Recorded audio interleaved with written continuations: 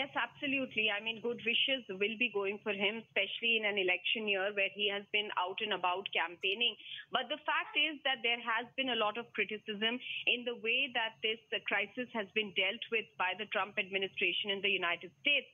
Also, the fact that in some of the recent rallies, as you have seen, Anusha, that neither was the president wearing a mask nor were the other people attending. And of course, the president stands really far away from the crowd, but the rest of the crowd also, many of them were seen not wearing a mask.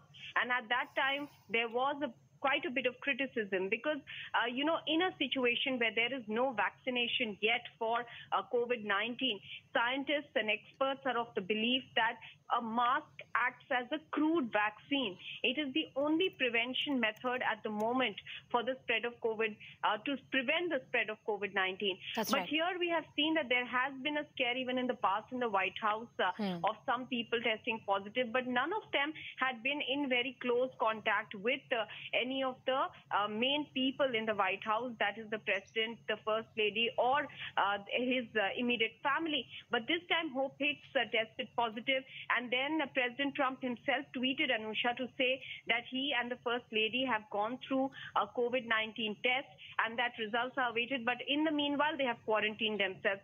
Okay. So at the moment, the results have come out, and at least President Trump's result is showing that he is COVID-19 positive. The protocols will, of course, be followed.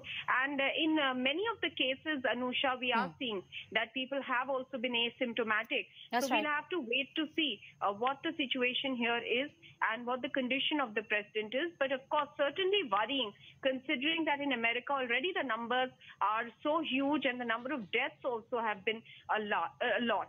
Absolutely, Ma. We wish the president and the first lady a very speedy recovery.